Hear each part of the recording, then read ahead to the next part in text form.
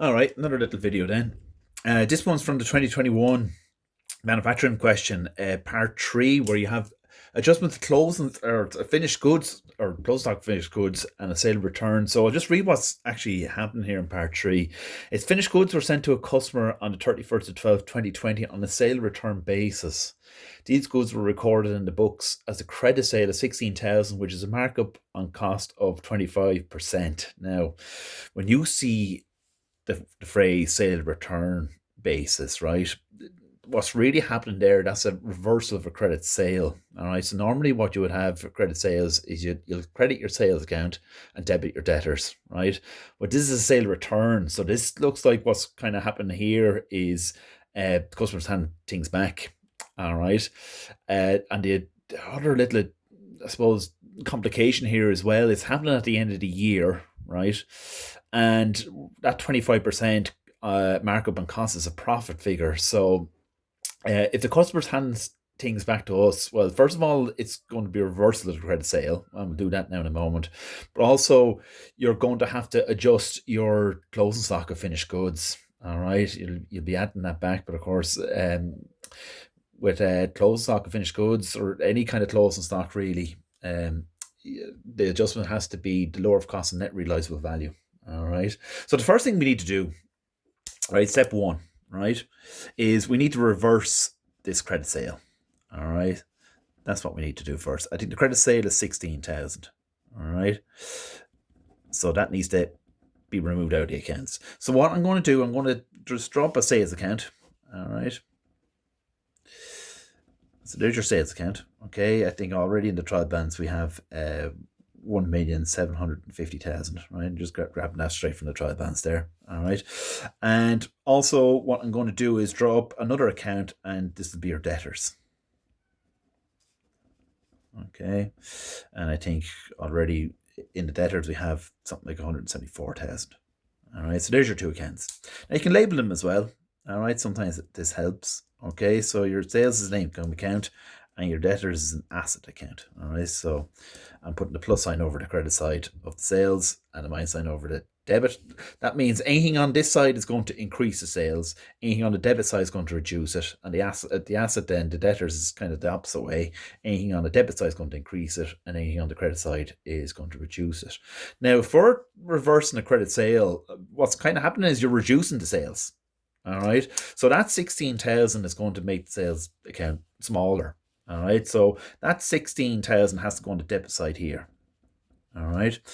And what you'll do is, so that's going to reversing the sales, 16,000. And what you'll do then, you'll also credit the debtors account then as well with the same amount, 16,000. And that's fairly simple now. That's all you have to do to reverse credit sales. Debit your sales account, credit your debtors. You're reducing the both. All right.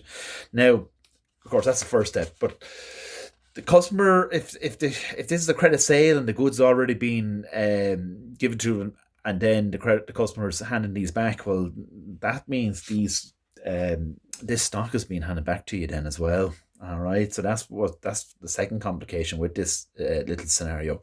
So what we need to do is we need to find, first of all, our step two was find the cost price, right, of the goods, of the finished goods returned. All right, that's what I'm doing here. Okay. Now the cost plus is 25%. So what I'm doing is it'd be 16,000, right? There's a couple of different ways you can do this, right? But what I'm going to do is I'm going to remove the profit figure basically. So I'm getting that 16,000 multiplied by 25 over 125, right? So this markup, this profit figure is 3,200 on this. All right. So what you can do is you can this is the figure I'm removing basically, right? So it's therefore, right, it'll be 16,000, right, multiplied, or sorry, 16,000 minus the 3,200, right, and that will give you a figure of 12,800. Now, what that is, that's your cost figure. Okay, so that's what we were looking for, the 12,800. All right. Now what you can do is this is being handed back to the company. in our case here, right? So what you'll need to do is you'll need to go to your closed stock of finished goods. So what I'm going to do is just going to drop another account here, right? So this will be closed stock of finished goods.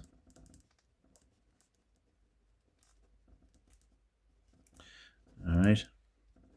There you go. Now I think already we have there might be an opening balance here, right, at the first of the first. So I'm just going to put that 64,000 here.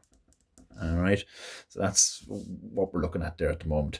Now, why we're getting this, the reason why we're getting this figure, stock has to be valued at lower of cost and net realizable value. So basically, you have to pick the lower figure. So this 16,000 is your net realizable figure.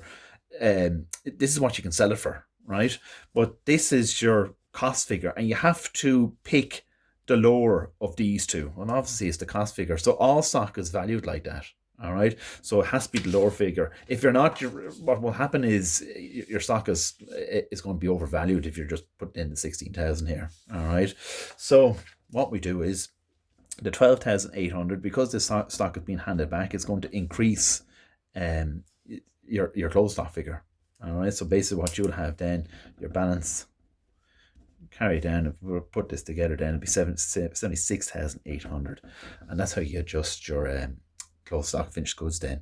All right, so that's a sale of return. All right, so you'll always have, if you see a sale return basis, it's reverse. First of all, step one is to reverse the credit sale. All right, that we did here. All right, and then your step two then is find the cost price and adjust your closed stock then accordingly. And that's it.